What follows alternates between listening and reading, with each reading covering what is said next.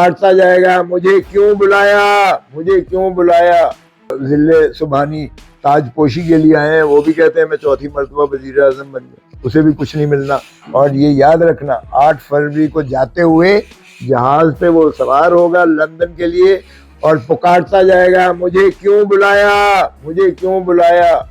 نوچ نوچ کر اب باقی ہڈیوں کا ڈھانچہ رہ گیا ہے، اب چوتھی مرتبہ اس ہڈیوں کے ڈھانچے کو بھی کھا کر ہم جو ہے ملک چھوڑ کر بھاگ جانے والوں کا ساتھ دیں گے۔ تو کون سی جمہوریت کی آپ بات کرتے ہو، کس جمہوری قدروں کی بات کرتے ہو؟ یہ جتنا مرضی کر لیں، جتنا جبر کر لیں، جتنا ظلم کر لیں، جتنا یک طرفہ یہ ٹریفک چلا لیں، یہ عوام کے دلوں سے جو ہے یہ عمران خان کی محبت کو نہیں نکال سکتے۔ بسم اللہ الرحمن الرحیم۔ ناظرین، ہمارے ساتھ لطیف کھوسہ صاحب موجود ہیں۔ ان کا مقابلہ جو ہے وہ این 122 میں خواجہ سعد رفیق کے حوالے سے ہے، اور خواجہ سعد رفیق کے بارے میں یہ کہا جاتا ہے کہ وہ بڑا زبردست الیکشن لڑتے ہیں، اور پچھلے الیکشن میں تحریک انصاف کے ہمایوں اختر خان کو انہوں نے شکست دی تھی، عمران خان سے انہیں شکست ہو گئی تھی۔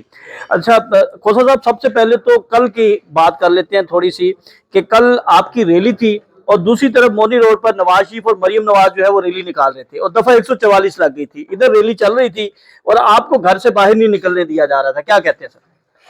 دیکھیں، وہ تو نظر آ رہا ہے جس قسم کی لیول پلینگ فیلڈ کا تصور انہی کے جو ہے ان کے ہاں ہے، وہ لیول پلینگ فیلڈ کا یہ ہے کہ پی ٹی آئی کو ہم نے نہ جلسہ کرنے دینا ہے، نہ ریلی نکالنے دینی ہے۔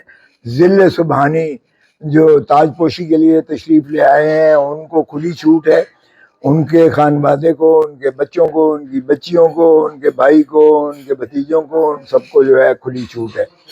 اور یہ سب کچھ کرنے کے باوجود عالم یہ ہے کہ یہ حلقے میں جا نہیں سکتے ہیں، کیمپین کے لیے لاؤ لشکر کے بغیر نہیں جا سکتے۔ ہمیں تو کوئی فرق نہیں پڑتا ہے، اگر انہوں نے ریلی نہیں نکالنے دی تو ہم پھر بھی 2-2 4-4 کر کے گاڑیوں میں چلے گئے اور ہم نے جا کے اہداف پورا کیا۔ ساری مارکیٹ میں ہم پھرے، ہم نے کیمپین کی، ہم نے پوسٹرز بانٹے، لوگوں نے نعرے مارے، لوگ کہتے تھے کہ آپ نہ بھی آتے تو ووٹ خان کا ہے۔ آپ یقین کریں کہ ہم اس کے بعد جب دوسری مارکیٹ میں گئے تو اس میں پوری کی پوری لائن انہوں نے کہا جی ہم تو عمران خان کے ووٹر ہیں۔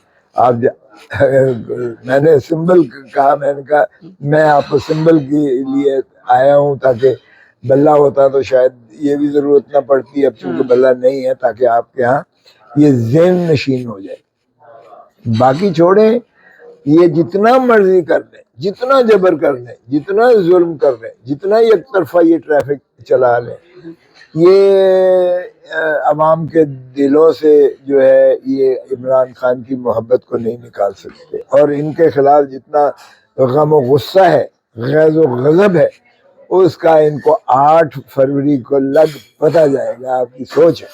خواجہ سعد رفیق آپ کے مقابلے میں، اور کہا یہ جاتا ہے کہ اچھا مقابلہ کرتے ہیں، تو ان کی حکمت عملی بھی تھوڑی سی جو ہے وہ تبدیل ہوتی ہے، اور کچھ کل آپ نے خدشات کا اظہار بھی کیا کہ جو آپ کی اسٹرینتھ تھی اس کو انہوں نے بہت زیادہ کمزور کیا ہے، تو اس کے حوالے سے کیا کہتے ہیں؟ نہیں، کمزور شمزور کیا کر سکتے ہیں وہ۔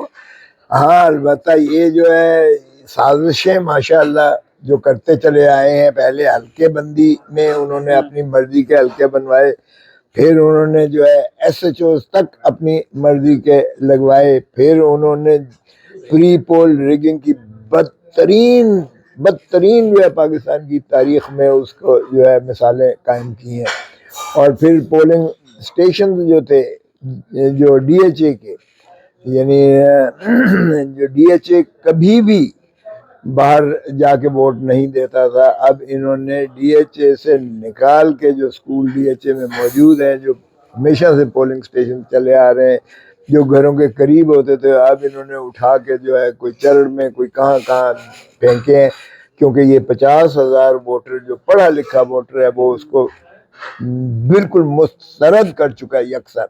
تو یہ کوشش انہوں نے یہ کی ہے کہ یہ لوگ جو ہے جب ڈھونڈتے پھریں اپنے پولنگ اسٹیشنز تو اس کے بعد تھک ہار کے واپس آ جائیں اور ووٹ نہ دے پائیں۔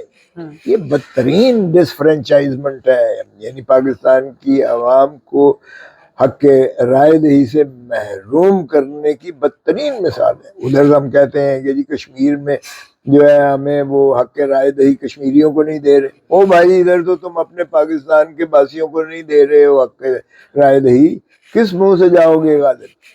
خواجہ سعد رفیق کو کیا کوئی سمجھتے ہیں کہ وہ پھر آپ کے ساتھ الیکشن میں آئیں گے یا پھر وہ چیٹنگ کریں گے؟ ویسے تو بڑی بات کرتے ہیں کہ آمریت کے خلاف ان کی قربانیاں ہیں, ان کے والد نے بھی جو ہے وہ آواز بلند کی. چلے اللہ کرے اس پر قائم اور دائم رہیں بالکل اس معاملے میں جو وہ کہہ رہے ہیں. لیکن مجھے ایک بات بتاؤ کہ جب غیر جمہوری قوتوں کا آپ ساتھ دیتے ہو تو پھر کیا جمہوریت کا ڈھونگ رچاتے ہو؟ جب آپ چوروں ڈاکوؤں سے شریف برادران نے دھرتی ماں کو اس طرح لوٹا ہے کہ آپ کی سوچ ہے, اور ہم نے اس کو جو ہے نوچ نوچ کر اب باقی ہڈیوں کا ڈھانچہ رہ گیا ہے. اب چوتھی مرتبہ اس ہڈیوں کے ڈھانچے کو بھی کھا کر ہم جو ہے ملک چھوڑ کر بھاگ جانے والوں کا ساتھ دیں گے.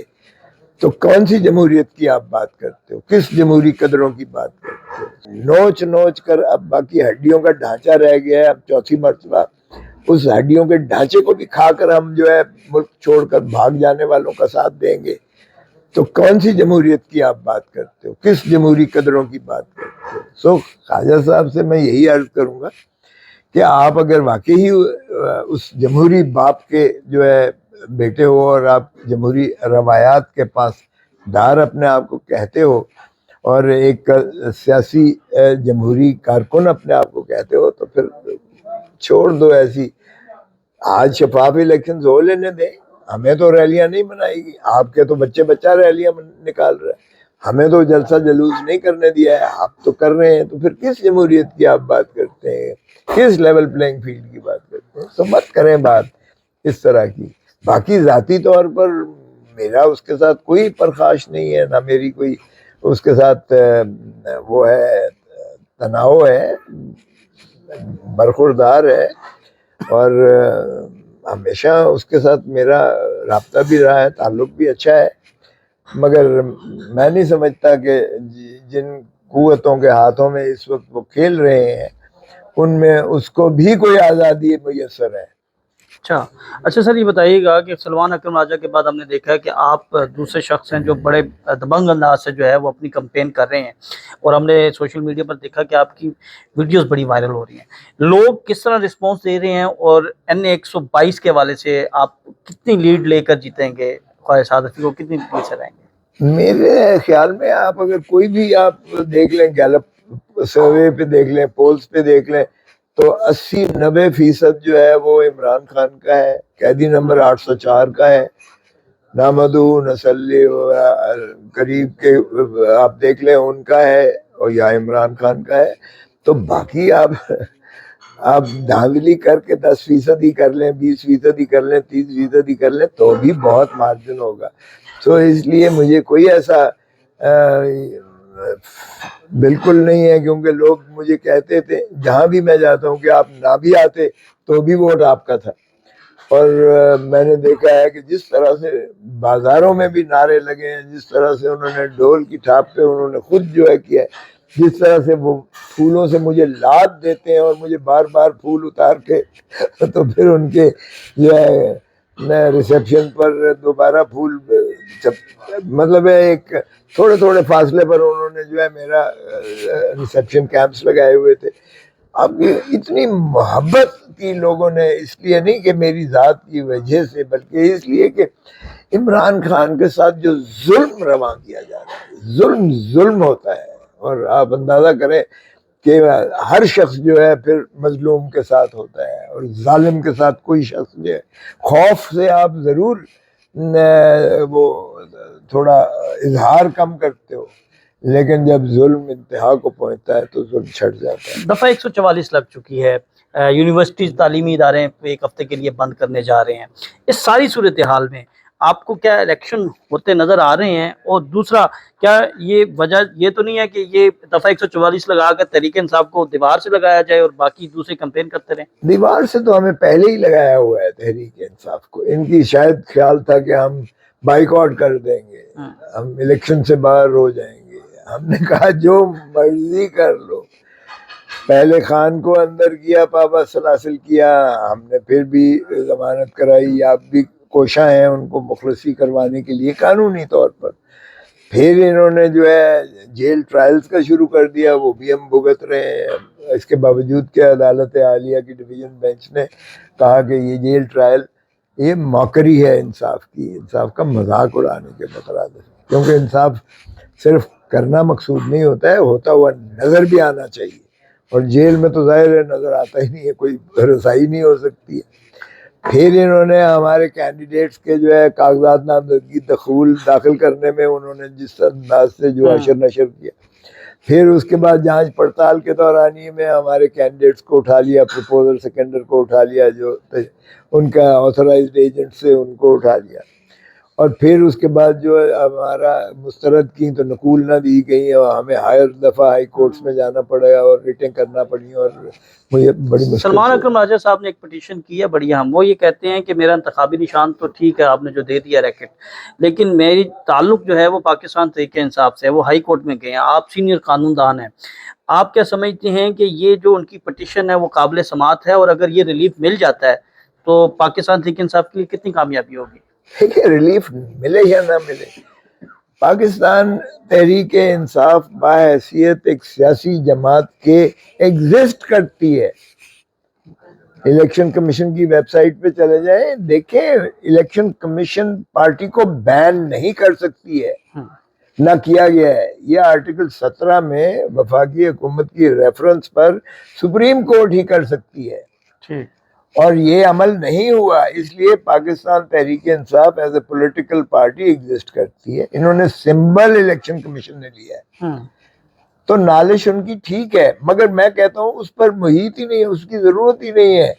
جب بھی یہ ہم پی ٹی آئی کے کینڈیڈیٹ ہیں اور ہم اپنے بینرز پہ لکھا ہوا ہے، عمران کی تصویر ہے، قیدی نمبر 804 ہم نے لکھ کے وہ جیل کا وہ اس کا سما بنایا ہے اس کا، سو وہ کوئی مسئلہ نہیں ہے. اور 3 دنوں کے الیکشن کے بعد ہم جو غیر انڈیپینڈنٹ سو کالڈ لکھے گئے ہیں، انڈیپینڈنٹ نہیں ہے، وہ پی ٹی آئی کے ہیں، ان کو ہم پاکستان تحریک انصاف میں شامل کروا دیں گے، اور شامل 3 دن کے اندر ہونا پڑتا ہے. اس کے بعد ہم یہ جو مخصوص نشستیں ہیں 230 وہ بھی ہم اپنی اسٹرینگتھ پر لے لیں گے.